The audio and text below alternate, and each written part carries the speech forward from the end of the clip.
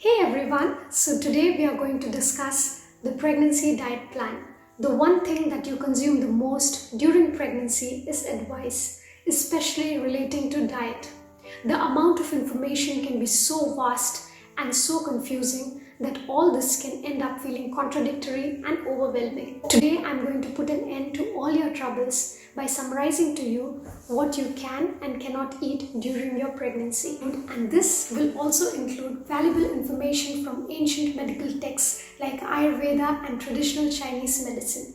So you can go on and create an individualistic diet plan which is holistic for both yourself and your baby and enjoy a healthy pregnancy. So let's get started with the basics. The number one toxin is alcohol. Intake of alcohol can cause severe and detrimental effects for your fetus. Traditional Chinese medicine considers alcohol as a substance which creates excessive heat in the body and can damage the fetus. The next toxin on the list is nicotine. Smoking causes equivalent damages like alcohol on the fetus. Sorry moms, caffeine is a stimulant and it can increase the heart rate as well as the blood pressure of both yourself and your baby, which is completely undesirable during your pregnancy. You should not exceed around 200 milligrams of caffeine per day. A cup of coffee can contain somewhere around 150 to 400 milligrams of caffeine depending upon the type and the brew of the coffee that you use. Processed food should be avoided as much as possible because they contain a whole lot of artificial flavors, preservatives, chemical additives. Avoid irradiated food. So instead of popping your food into the microwave for heating it, which uses radiation, try heating your food in a pan instead. It's raw meat, seafood and uncooked eggs. These when consumed can lead to parasitic as well as bacterial infections. General rule of thumb would be to always make sure that any food coming from an animal source is organic, well cooked and well treated. Foods which are more spicy, hot, excessively cold, pungent, sour or bitter are also to be avoided during this time. Such food can cause bodily discomforts both to the mother as well as baby, especially during the first trimester. Although raw salads and sprouts are super healthy, but they are contraindicated during pregnancy, especially in traditional Chinese medicine, which believes that eating excessively cold can cause a dampening of the qi within the body. And this can cause increased discomforts to the mother like bloating, constipation and a heartburn sensation. But people with a strong digestive fire during their pregnancy are allowed to eat such foods. Foods like papaya and pineapple are also contraindicated as they are supposed to increase the heat in the body and can set in preterm labor. The last category is for those people with a very weak digestion and experience bloating, constipation or nausea. It is recommended to avoid eating meat, eggs, seafood, onions, garlics, mushrooms, leftovers and fermented food. Now that you know what you cannot eat, let's keep this list aside and dive straight into the list of things that you can eat.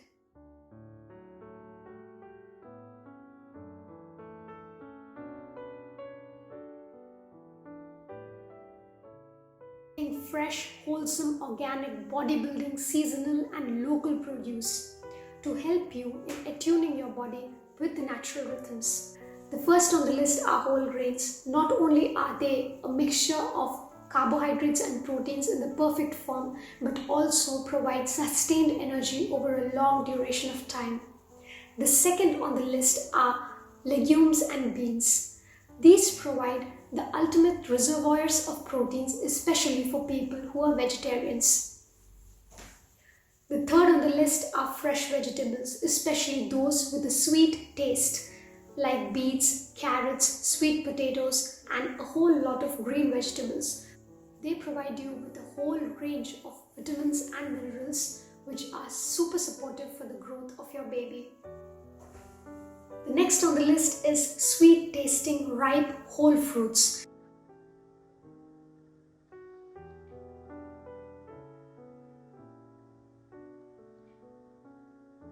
As well as freshly pressed juices. Provide your body with the necessary vitamins and minerals, but also the fiber content to keep constipation at bay.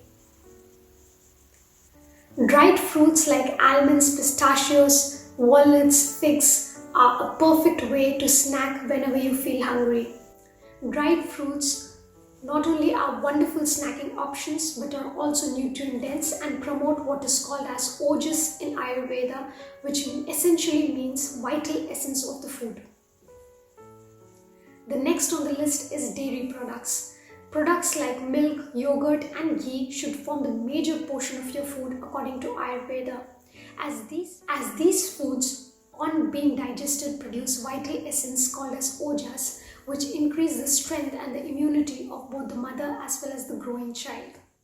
The next on the list is fats and oils, including cold pressed oils like coconut oil, sesame oil, sunflower oil, as well as ghee are wonderful sources to keep yourself lubricated. Different kind of pregnancy ailments like skin itching, dryness are mainly because of the increase in vata in the body, which is the energetic dance between the air as well as the ether. One of the main principles of designing a diet according to Ayurveda in pregnancy is to keep your vata under balance. And to manage vata is basically managing the whole pregnancy. So any food which is wholesome, warm, nourishing like a soup becomes a perfect meal during pregnancy. For meat eaters, the best form of meat would be that from goat, sheep, chicken and deer, which is not only very nourishing but also easily digestible. When all these foods are cooked deliciously with mild spices like fennel, ginger, cumin, it produces warm, nourishing meals which are not only easier to digest but also help in increasing the bioavailability of the nutrients within the food. As a special note, Ayurveda also specifically prescribes the diet for each trimester of the pregnancy. The first trimester of the pregnancy should involve eating a lot of juicy elements like coconut water, milk, juicy fruits. These juicy foods help in nourishing the uterine bed as well as building up the liquid constituents of the fetus. The second trimester is for building up the organ systems. The foods which are rich in fats like ghee, butter, oils should be used in liberal amounts. The third trimester is usually for the overall well-being and the development of the child and the mother.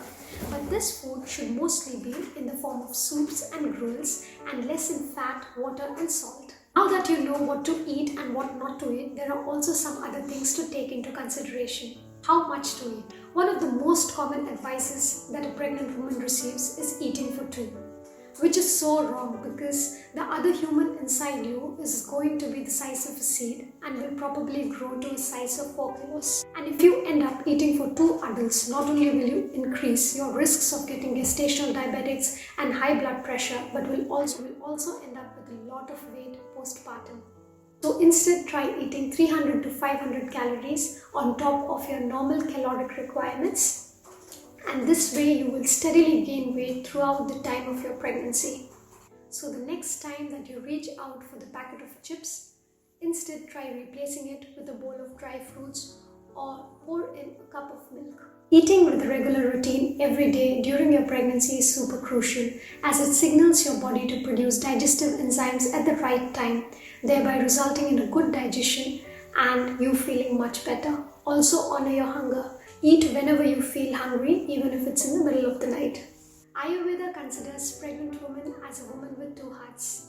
It is advised that around the 4th month of the pregnancy, a woman will experience food cravings. Cravings should be adequately satisfied and sensitively treated, as this will help the fetus to develop better.